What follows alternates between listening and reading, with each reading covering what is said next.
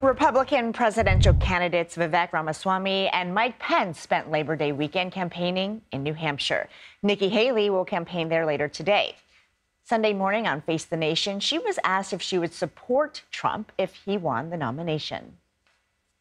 First of all, he's innocent until proven guilty. But you are implying that the American people are not smart. The American people are not going to vote for a convicted criminal. The American people are going to vote for someone who can win a general election. I have faith in the American people.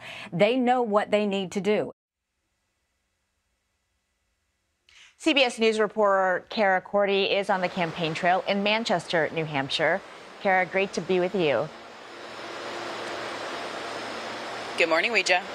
So as candidates focus on New Hampshire there, how are they shifting their messaging to appeal to voters to make their case, especially with just a few weeks left to qualify for the second debate? That's right. Tomorrow marks 3 weeks away from that second GOP debate, and the RNC is raising the qualifications to get on that debate stage. Previously, candidates needed 1% in 3 national polls or 2 early state polls. That is now changing to candidates needing 3% in 2 national polls or 3% in 1 national and 2 early state polls. They're also increasing the donor threshold from 40,000 to 50,000 unique donors from at least 20 states or territories. And Ouija, what's interesting about these figures is that of the 8 candidates that were on the debate stage last month, 2 have not yet met these new thresholds. Those were the bookends on the debate stage, Governors Asa Hutchinson and Doug Burgum. Cara, are you noticing certain topics the candidates are avoiding?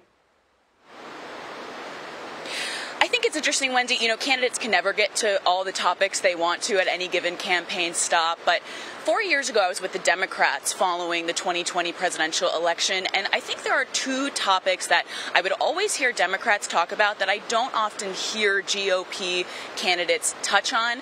Those are health care and climate change. But last night, I was in Rye, New Hampshire at a Mike Pence event, and a teenager raised his hand and asked Mike Pence about his climate change policy.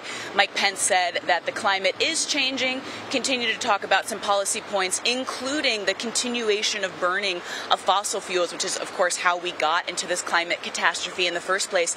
I caught up with that voter, a 16-year-old, so he's actually not going to be a presidential voter quite yet, but a 16-year-old who asked about that, and I asked him what he thought of Mike Pence's response.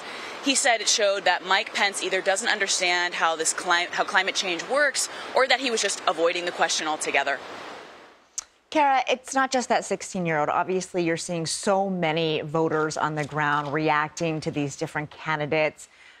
Who's gaining traction? And if you could just remind us again why, you know, these voters are so important in these early primary states to sort of watch and you know, use them as a sort of way to level set. Yeah, the presidential election is a marathon. It's not a sprint. It starts with the Iowa caucuses, and then the next state is New Hampshire. New Hampshire is interesting because it's a lot smaller than Iowa. It's easier to get around. So candidates oftentimes bunker down here when they're trying to make progress in the polls because it's easier to have your message heard here. What's interesting is while I've been with Mike Pence, Ouija, is wherever you are in the country with him, voters are so emotional about what he did on January 6th. That's one reason why they really love and respect him. They said that he upheld the Constitution and did not obey then President Trump's wishes. What's also interesting is some voters don't like him for that same reason. I spoke to 2 different independent voters, which is really the unicorn of what all candidates are trying to attract here in New Hampshire.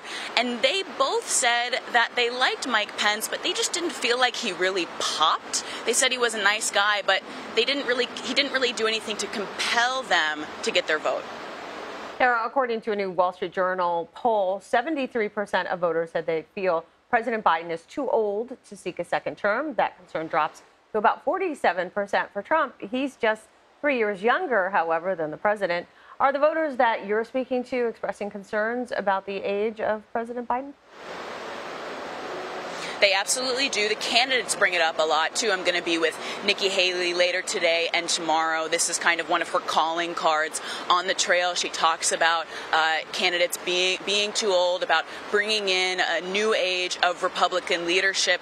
Nikki Haley is 51 years old. What's interesting, I spoke to one voter yesterday after a Mike Pence event who said that Mike Pence is just too old for him, that he's looking for a younger candidate to appeal to younger voters, and he actually called out Vivek Ramaswamy, who is 38 years old, to get his vote.